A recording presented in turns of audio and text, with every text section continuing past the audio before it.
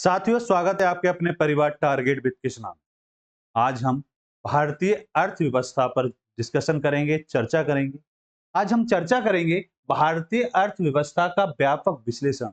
जो आपका बजट आने वाला है उस पर हम चर्चा करें।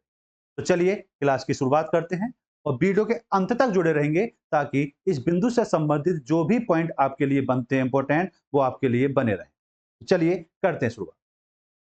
आर्थिक सर्वेक्षण 2024 एक व्यापक दस्तावेज होता है जो अर्थव्यवस्था का विस्तृत मूल्यांकन क्या करता है, प्रस्तुत करता है। इसमें पिछले 9 वर्षों का, ये इंपॉर्टेंट है, 9 वर्षों के सुधारों के कारण विकास, वैश्विक आर्थिक बदलावों का प्रभाव और आर्थिक नीति की समीक्षा को इसमें शामिल किया गया है। यह दस्तावेज 22 जुलाई को संसद में प्रस्तुत किया गया था और इसके मुख्य बिंदुओं की चर्चा जो की जाएगी वित्त मंत्री जी के द्वारा जुलाई 2023 को की गई। इस प्रस्तुति में हम आर्थिक सर्वेक्षण 2024 में उठाए गए महत्वपूर्ण विषय और उनके प्रभावों पर विस्तार तौर पर प्रकाश डालेंगे। तो चलिए एक एक पॉइंट को समझते हैं। सबसे पहले बात आती है कि वैश्विक आर्थिक रुझानों का क्या प्रभाव पड़ेगा।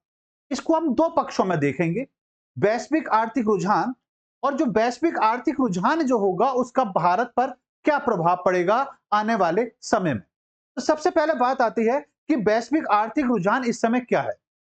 तो वैश्विक अर्थव्यवस्था में कई बदलाव हो रहे हैं वैश्विक स्तर पर अगर देखा जाए, जिनका भारतीय अर्थव्यवस्था पर महत्वपूर्ण प्रभाव पड़ता हुआ स्पष्ट तौर पर दिखाई देगा। हाइपर ग्लोबलाइजेशन से लोकलाइज उत्पादन की ओर रुझान, या यूरोपीय संघ के ब्रेक्सिट के बाद के आर्थिक प्रभाव, अमेरिकी चीन व्यापार युद्ध का वैश्विक व्यापार पर प्रभाव और रूस यूक्रेन संघर्ष का ऊर्जा बाजार का प्रभाव जो बदलते परिप्रेक्ष्य में देखा जा सकता है। जबकि अगर इन्हीं सभी बिंदुओं को देखा जाए तो भारत पर इसका क्या प्रभाव पड़ेगा, तो इन वैश्विक रुझानों का भारतीय अर्थव्यवस्था पर मिश्रित प्रभाव स्पष्ट तौर पर दिखाई दे रहा है। हाइपर ग्लोबलाइजेशन की समाप्ति देश को अपनी आपूर्ति श्रृंखलाओं में अधिक आत्मनिर्भरता बनाने की चुनौती पेश कर रही है। वैश्विक व्यापक युद्धों पर भारतीय निर्यात पर नकारात्मक प्रभाव पड़ रहा है। ऊर्जा बाजार में उतार चढ़ाव से भारत को अपने ऊर्जा संसाधनों की विविधता पर ध्यान देने की विशेष आवश्यकता है। इसलिए भारत को इन चुनौतियों को सामना करने के लिए लचीलापन और रणनीतिक रूप से प्रतिक्रिया देने की विशेष आवश्यकता है। जबकि अगर इन बिंदुओं को और देखा जाए तो मुख्य तौर पर ये प्रभाव जो पड़ेंगे, ये प्रभाव किस आधार पर पड़ेंगे, कौन कौन से बिंदु के आधार पर पड़ेंगे। तो ऊर्जा सुरक्षा और नवीनीकरण ऊर्जा का अगर संतुलन की बात की जाए तो सबसे पहले आती है ऊर्जा सुरक्षा। आखिर ऊर्जा सुरक्षा है क्या? तो ऊर्जा सुरक्षा एक प्रमुख आर्थिक सामरिक मुद्दा है। भारत अपनी ऊर्जा आवश्यकताओं के लिए विदेशों पर आत्मनिर्भर है, जो उसे वैश्विक ऊर्जा कीमतों में उतार चढ़ाव के प्रति संवेदनशील बनाता है। इसलिए ऊर्जा सुरक्षा सुनिश्चित करने के लिए घरेलू ऊर्जा संसाधनों का अधिकतम उपयोग करने की मुख्य आवश्यकता है, जिससे कि आने वाले समय में इनकी कीमतों में आपको कमी स्पष्ट तौर पर दिखाई देगी।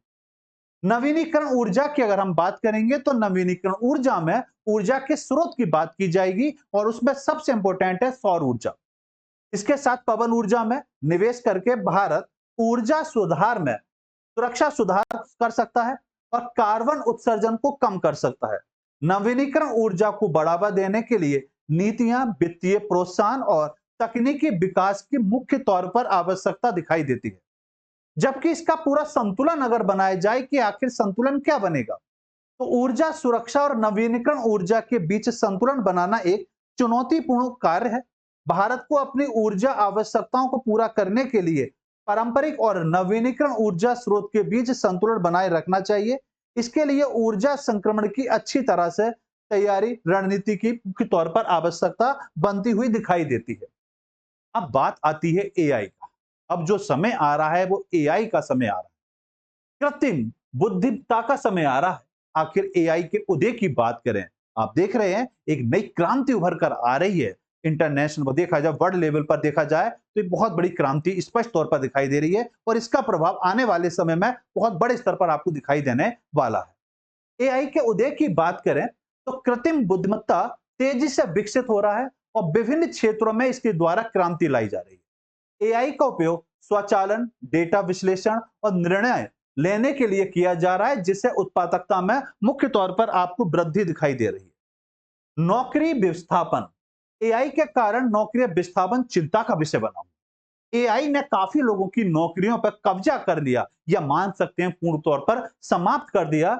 आईएमएफ अनुसार वैश्विक रोजगार पर 40% एआई के संपर्क में है, इसलिए एआई के लाभों का दोहन करने के कार्य बल को उन्नत कौशल के साथ तैयार करने की मुख्य आवश्यकता बनी हुई है। एआई की नीतियों की बात करें कि भारत ने इस पर क्या नीतियां बनाई हैं, तो भारत को एआई के विकास और उपयोग के लिए एक व्यापक नीति तैयार करने की आवश्यकता है।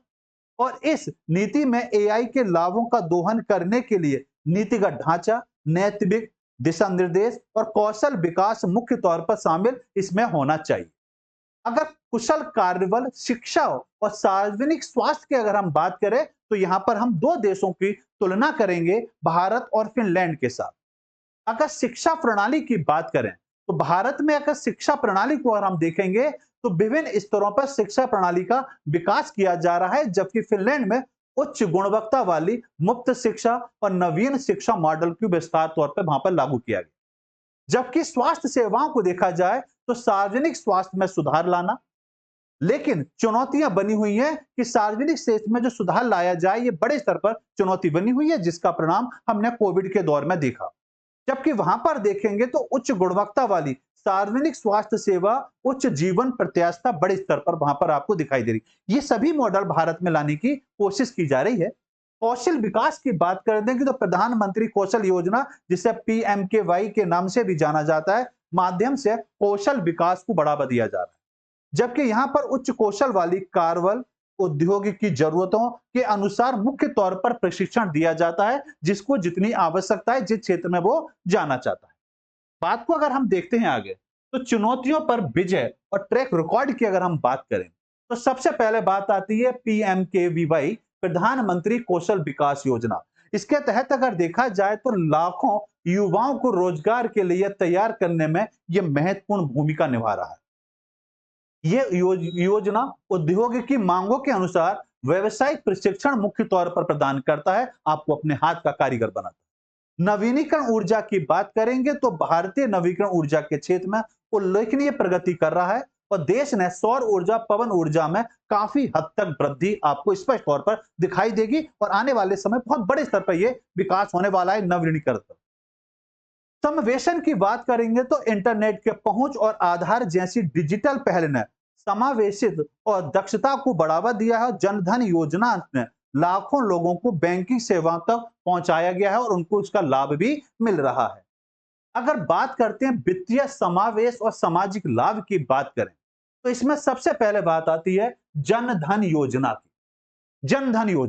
जनधन योजना वित्तीय समावेश को बढ़ावा देने में महत्वपूर्ण भूमिका निभाई है। इसने लाखों लोगों को बैंक के खाते खोलने और वित्तीय सेवाओं तक पहुंचने में मुख्य तौर पर प्रदान की जाती है। वित्तीय पहुंच की अगर हम बात करते हैं, तो वित्तीय पहुंच में सुधार में उत्पादकता में वृद्धि, गरीबी में कमी और आर्थिक विकास में सहायता मिलती है। वित्तीय सेवाओं तक पहुंच ग्रामीण क्षेत्रों में विकास को मुख्य तौर पर यह बढ़ावा देता है। वित्तीय साक्षरता की बात करेंगे, जिसकी बहुत ज्यादा आवश्यकता है। वित्तीय साक्षरता को बढ़ावा देने और वित्तीय समावेश को बढ़ावा देने के लिए आवश्यक है, ये लोगों को वित्तीय निर्णय देने के लिए सक्षम बनाता है, और घरेलू बजट को बेहतर ढंग से प्रबंधित करने में भी मुख्य तौर पर यह मदद करता है।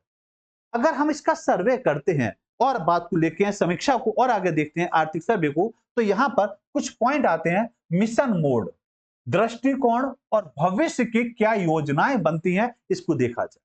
सबसे पहले बात आती है कि आखिर मिशन मोड दृष्टिकोण है क्या।